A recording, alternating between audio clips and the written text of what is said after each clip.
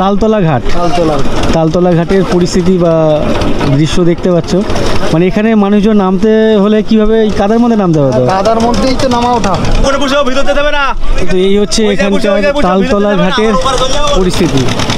তখন ভাড়া ছিল 2.5 টাকা, 2 টাকা 50 পয়সা। এখন কত কালে আজকে? 30 টাকা। 30 টাকা। এখানে তেমন কিছু অসুবিধা হয় না, ভাঙে তো আমাদের ওই বাড়ির দিকটা। আপনার আনন্দ করার বয়স নেই? আনন্দ বয়সে আসাম। এখানে যে নৌকো দেখতে পাচ্ছ, এই নৌকো হচ্ছে খেয়াপাড়া পাড়ের নৌকো। আর এই আতাপুর থেকে ওপারে কোনো এক ঘাটে যায়।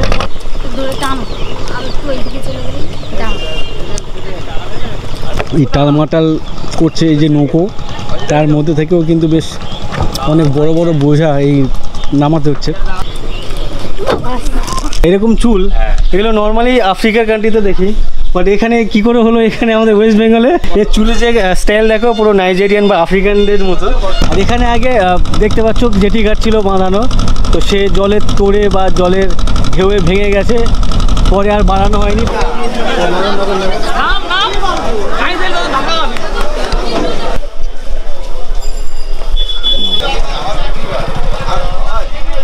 গুড মর্নিং, আপনাদের সবাইকে স্বাগত আরও একটি নতুন ভিডিওতে। আমি আবারও চলে এসেছি ক্যানিং স্টেশনে। জাস্ট স্টেশন থেকে বাইরে বেরোলাম। আজ আমি অনেক দিন পর সুন্দরবনে যাচ্ছি। তো সুন্দরবনকে অনেক মিস করছিলাম আর দৌড়াচ্ছি। তার কারণ হচ্ছে তাড়াতাড়ি না গেলে বাসে সিট পাওয়া যায় না, আর অনেকটা সময় জার্নি করতে হয়, অনেক কষ্ট হয়। অনেক দিন পর সুন্দরবনে যেতে পারছি, ভালো লাগছে। প্রায় 1.5 মাসের ওপর হয়ে গেছে সুন্দরবনে যাইনি। মন কেমন করছে সুন্দরবনের জন্য। সুন্দরবনের জঙ্গল, সুন্দরবনের নদী, সুন্দরবনের মানুষজনদের জন্য অনেক মন কেমন করছিল, তাই আবার শুরু করলাম সুন্দরবনের ভিডিও। আজকে রবিবার, যার জন্য বাস সিট ফাঁকা দেখতে পাচ্ছি। আমাদের গাড়ি দাঁড়িয়ে আছে ক্যানিং ধামাখালি, তো বাসে দেখছি পুরো ফাঁকা, গাড়ি পুরো ফাঁকা দেখতে পাচ্ছি এখানে। আমাদের বাস এখান থেকে ছেড়ে দিল, এখন 7:15 হয়েছে। এখান থেকে ধামাখালি যেতে সময় লাগবে অ্যাপ্রক্স 50 মিনিট, ঘন্টাখানেকের আশেপাশে। আর আমি যখন আসি তখন বাসটা একেবারে খালি ছিল। এখন দেখতে পাচ্ছ পুরো প্যাকটা হয়ে গেছে, বসার কোনো জায়গা নেই। আমরা এখন মাতলা নদীটাকে ক্রস করছি। আমার বাঁদিকে দেখতে পাচ্ছ মাতলা নদীর শাখা, ইভেন আমার ডান দিকেও দেখতে পাচ্ছ। যদিও এই মাতলা নদীর একটা সময় ভয়াবহ রূপ ছিল, এই মুহূর্তে এই নদীর এখন জীর্ণ দশা হয়ে গেছে। নদীর মাঝখানে একটা করে চর পড়ে গেছে দেখতে পাচ্ছ। এই নদীতে দেখতে পাচ্ছ কোনো রকম জল নেই।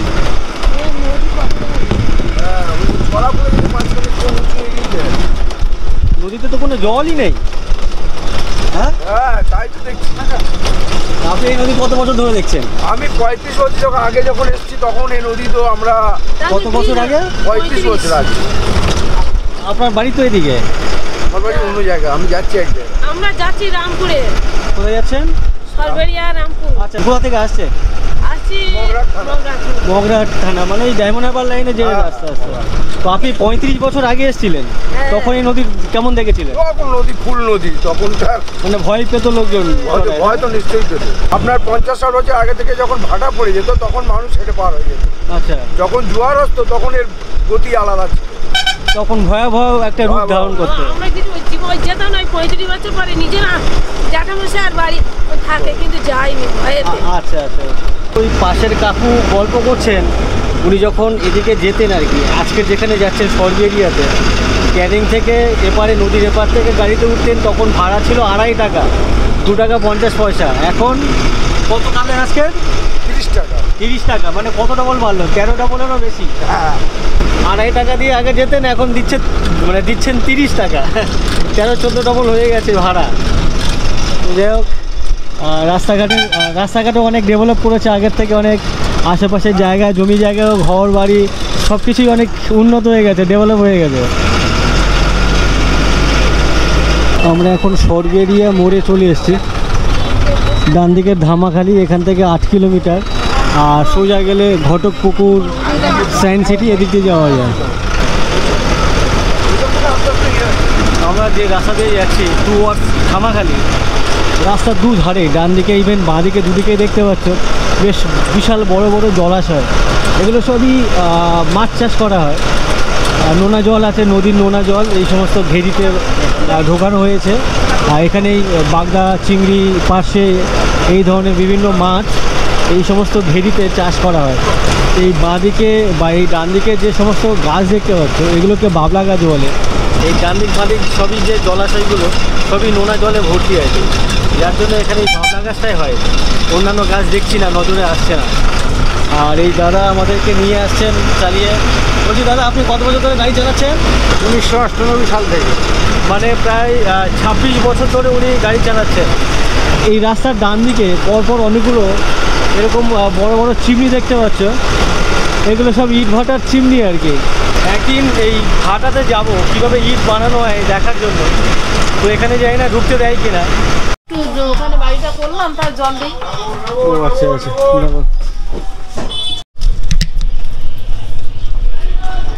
এখন 8টা বাজে, আমরা জাস্ট ধামাখালি এসে পৌঁছালাম। আমার পেছনে দেখতে হচ্ছে প্রচুর অটো দাঁড়িয়ে আছে, আর ইভেন এদিকে দেখতে হচ্ছে ইঞ্জিন ভ্যান প্রচুর দাঁড়িয়ে আছে। এটাই হচ্ছে মেন মোড় আর কি ধামাখালি। আর এখান থেকে যদি যাওয়া যায়, এই যে সামনে ফেরিঘাট দেখতে পাচ্ছ, জেটি ঘাট, এটা হচ্ছে ধামাখালির মেন ফেরিঘাট বা জেটি ঘাট। এখান থেকে সন্দেশখালি, ওদিকে তুষখালি, বিভিন্ন জায়গায় কিন্তু এখান থেকে খেয়া পার হয়ে থাকে। সেগুলো তোমাদেরকে আমি অনেকবার দেখিয়েছি, বাট আজকের আমি অন্য জায়গায় যাচ্ছি, নতুন জায়গায় যাচ্ছি, আর অন্য নতুন পথে। এর পাশে আরেকটা ঘাট আছে, সেই ঘাট থেকে নৌকো নেব। কোথায় যাচ্ছি নৌকোতে উঠে তোমাদেরকে জানাচ্ছি। এই হচ্ছে নতুন ঘাট, এই ঘাট থেকে আজকের আমি নৌকো নেব। আর আমার নৌকো দাঁড়িয়ে আছে ওদিকে দেখতে পাচ্ছ। আর এই ঘাটের পাশেই দেখতে পাচ্ছ মেন যে ফেরিঘাট ধামাখালি, সেটা হচ্ছে পাশেই।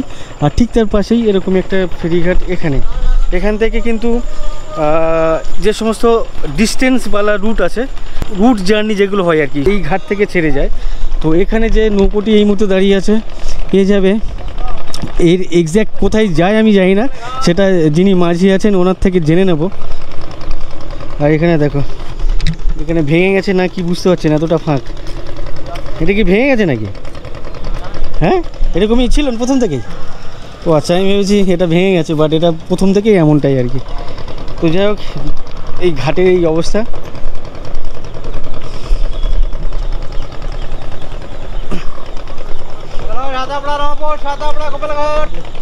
বলছি দাদা, এটা রমাপুর যায় তো? কতক্ষণ লাগবে? 1.5 ঘন্টা। এর লাস্ট ঘাট কোথায়? এটা কি রমাপুরের পরে? আচ্ছা আচ্ছা।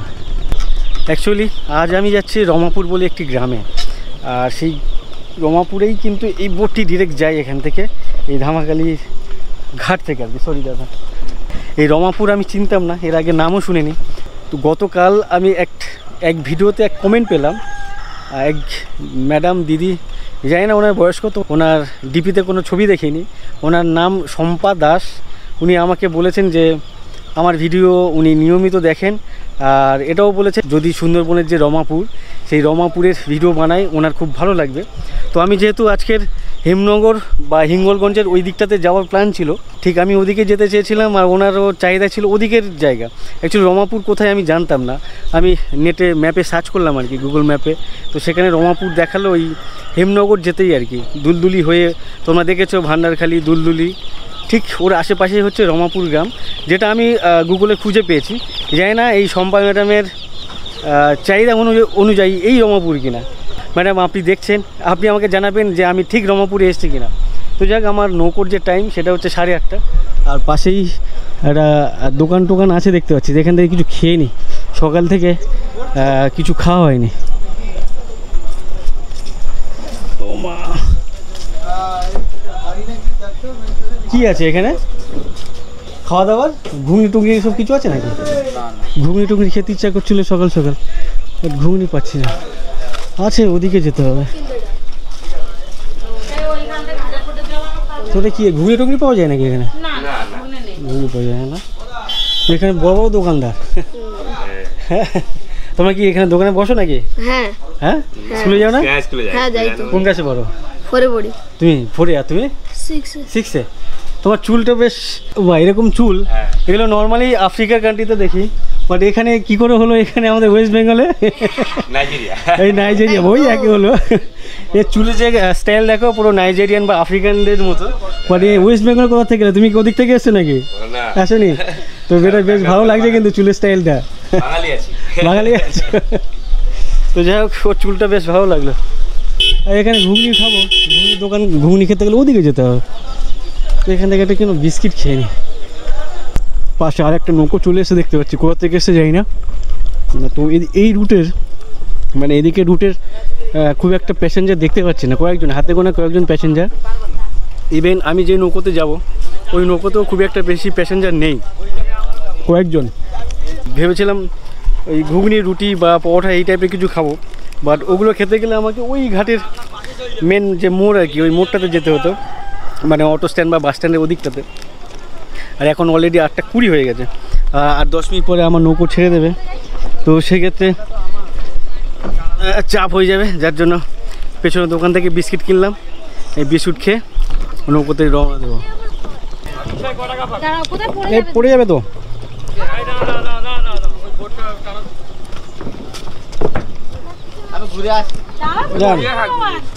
নামন নামন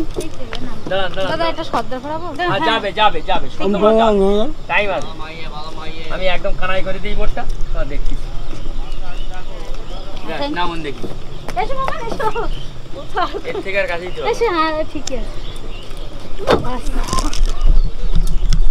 তো এদিকের জার্নি কিন্তু অনেক রিস্ক, অনেক চাপের, সাবধানেই কিন্তু নৌকোতে ওঠা বলো, নৌকো থেকে নামা বলো, সেগুলো করতে হয়।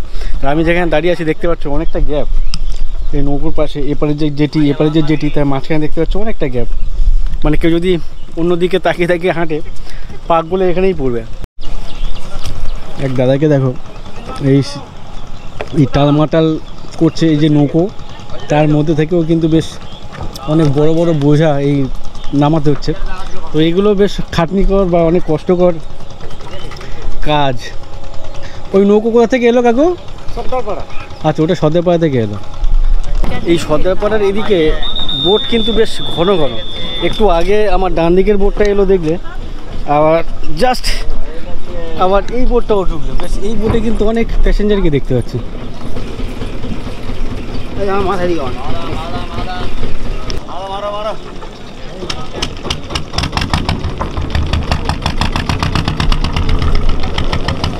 আমাদের নৌকো ছেড়ে দিল, এখন 8:31 হয়েছে, একেবারে 10 টাইমে ছাড়বে। আর এই হচ্ছে ধামাখালি বোট ঘাট বা জেটি ঘাট। আর ওদিকে হচ্ছে আমার বাঁদিকে, ওটা হচ্ছে ফেরি ঘাট। আর এখানে আরেকটা নৌকো এসে ঘাটে ভিড়ছে দেখতে পাচ্ছ।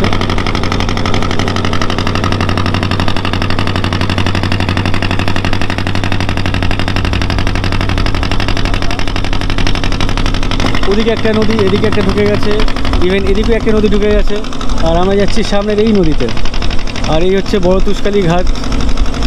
এখানে সম্ভবত আমাদের নৌকো ভিড়বে না, মানে ট্রেনের মতো গ্যালোপিং ট্রেন যেমন হয় তেমন কিন্তু বেরিয়ে যাচ্ছে, কোনো স্টেশনে দাঁড়াচ্ছে না।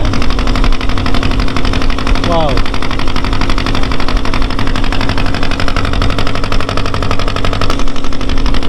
আমি আসছি শম্পা ম্যাডাম রমাপুর, আপনার কথাই যাচ্ছি রমাপুরে।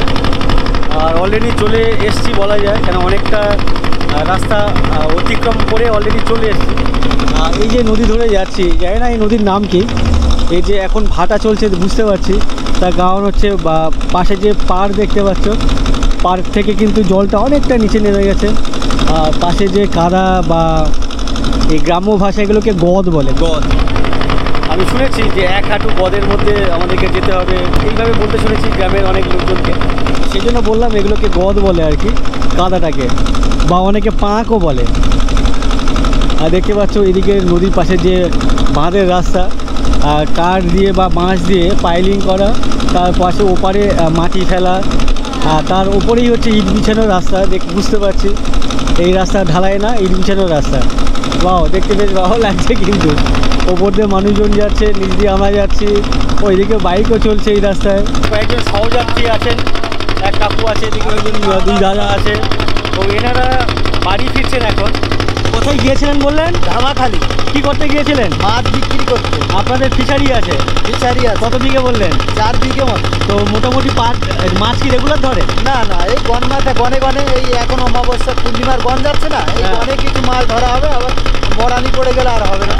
তো আজকে কত কেজি মতো হলো মাছ? আজকের ওই 5-6 কেজি মতো হয়েছে। 5-6 কেজির মতো মাছ। কি মাছ ছিল? সব রকমের, যে পার্শে ছিল, বাগদা, চিংড়ি। উনি যে চাষ করেছেন ওখানে বাগদা চিংড়ি, পার্শে মাছ। আচ্ছা, ওখানে ইলিশ মাছ হয় না? না না, ইলিশ গভীর জলের মাছ। আচ্ছা, ও সাগরে দিয়ে পাওয়া যায়। সাগরে পাওয়া যায় না? তো আচ্ছা আচ্ছা আচ্ছা আচ্ছা, আপনার বাড়ি কোথায়? বাড়ি আতাপুর, এনার বাড়ি হচ্ছে আতাপুর, মানে এই দ্বীপের মধ্যে পড়বে? তুষখালী দ্বীপের মধ্যেই পড়ে। সঙ্গে আছে এই পারে তুষখালী দ্বীপের মধ্যে পড়ে। তুষখালী দ্বীপে, বড় তুষখালী দ্বীপের মধ্যে। তো আমি যেখানে যাচ্ছি রমাপুর, সেটা হচ্ছে এই নদীর ওই পারটাতে পড়বে। তো এই দাদারাও যাচ্ছেন। আপনি কোথায় গিয়েছিলেন? আমি ধামাখালি। আপনিও কি চাষ করেন? হ্যাঁ, আপনি কি নিয়ে গেছিলেন মাছ? মাছ ক কেজি আজকে? আজকে ওই 10 কিলো বাগদা। 10 কেজি বাগদা। তো মাছের দাম ঠিক পেয়েছেন না কম না বেশি? 750। 700-800 টাকা কেজি। তো সেটা কম না বেশি?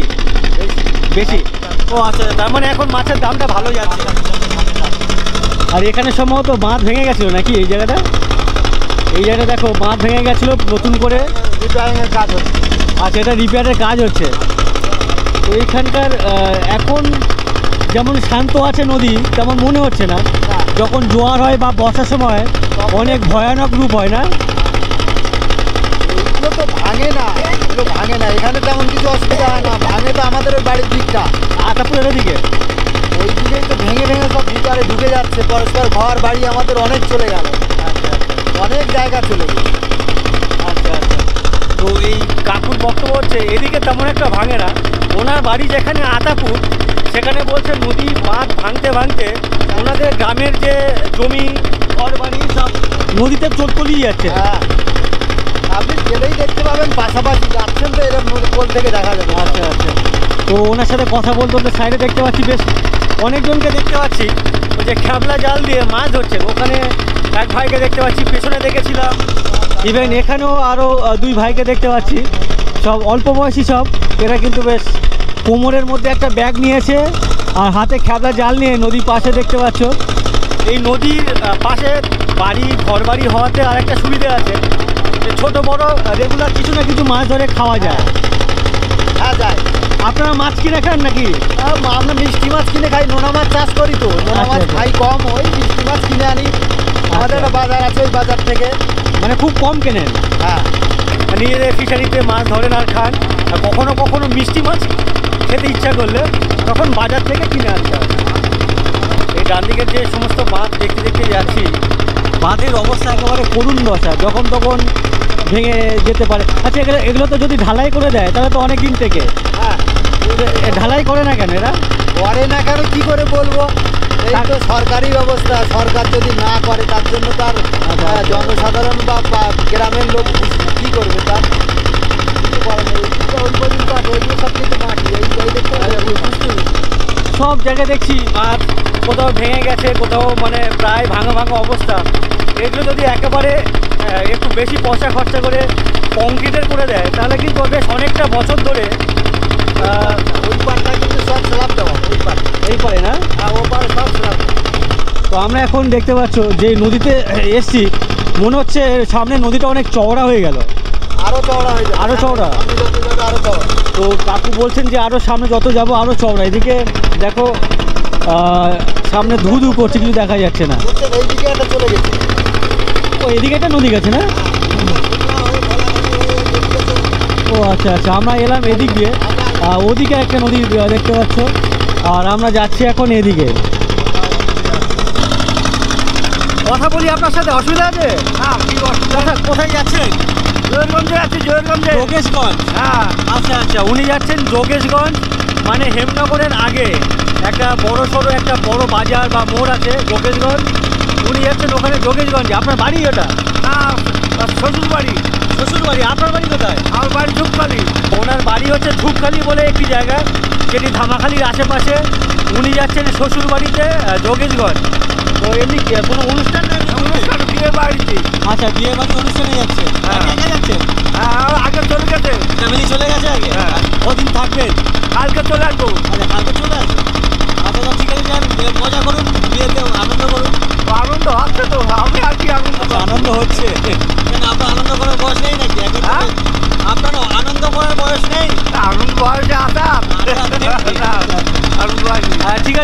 যার যতটুকু করা যায় করুন। আমাদের গন্তব্যের প্রথম ঘাট আতাপুর ঘাট।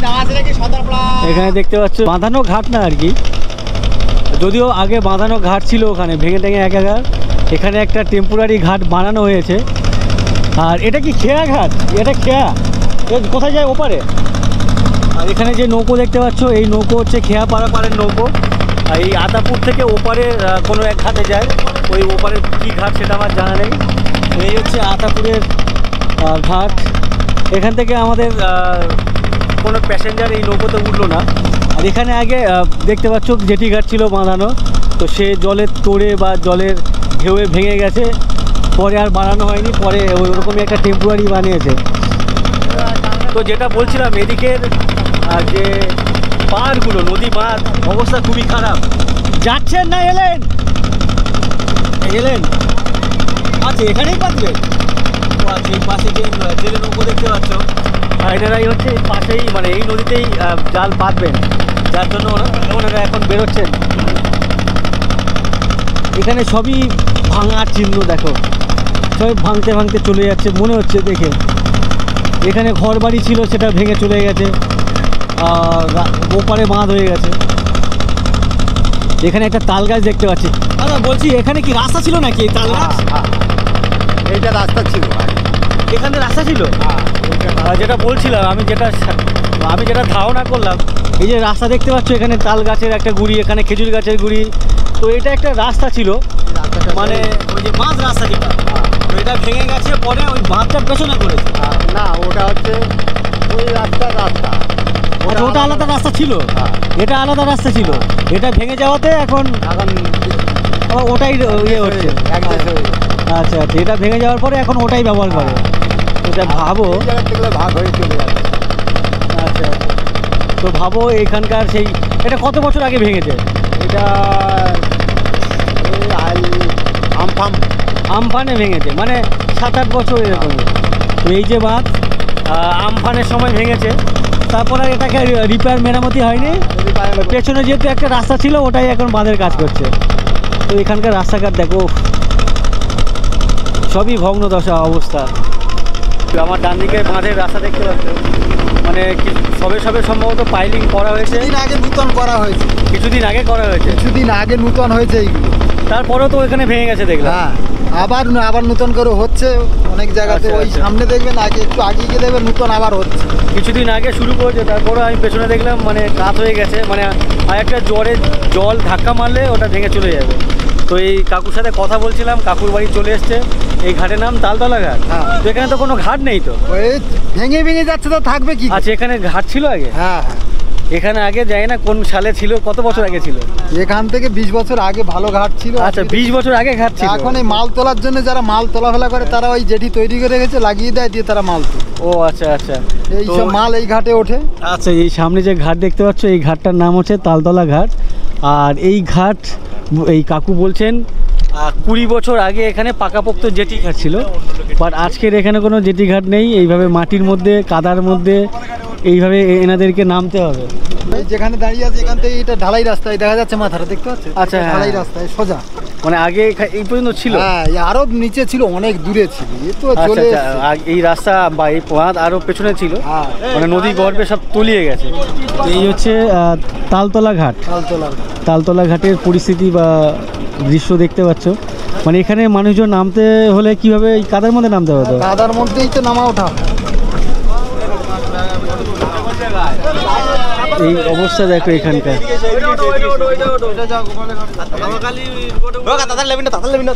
তাদের নামো,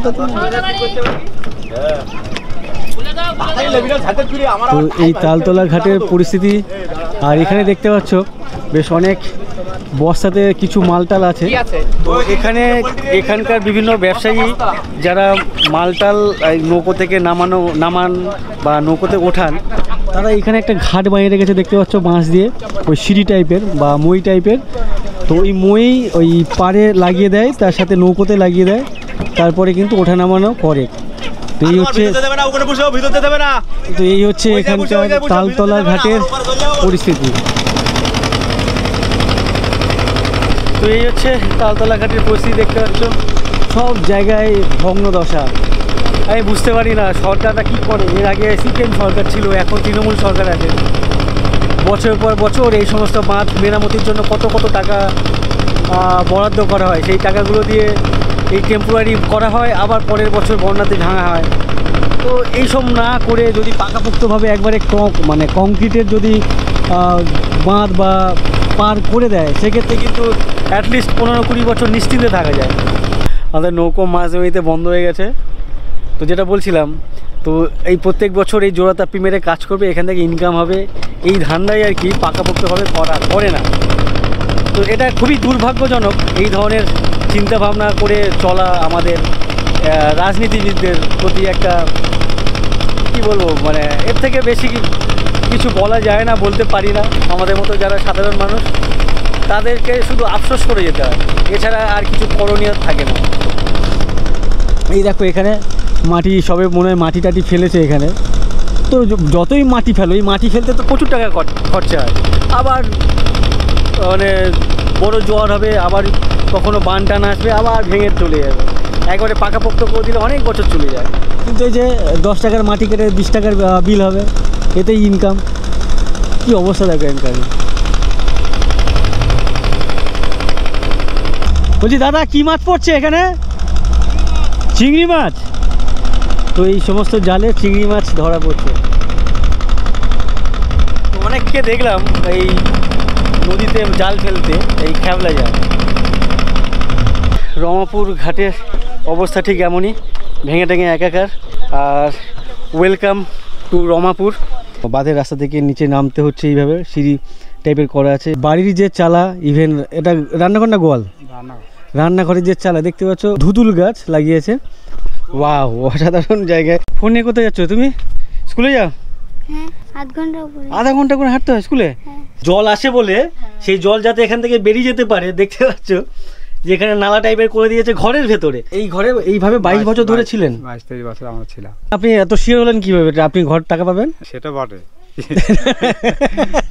দাদার হাসি দেখো। ওনার বাড়ির ফটো তুলে নিয়ে গেছে আর বলে গেছে দেবো। তো উনি খুব খুশি যে আমি 1-1.5 মাস বা 5-6 মাসের মধ্যে আমার ঘরটা পেয়ে যাবো।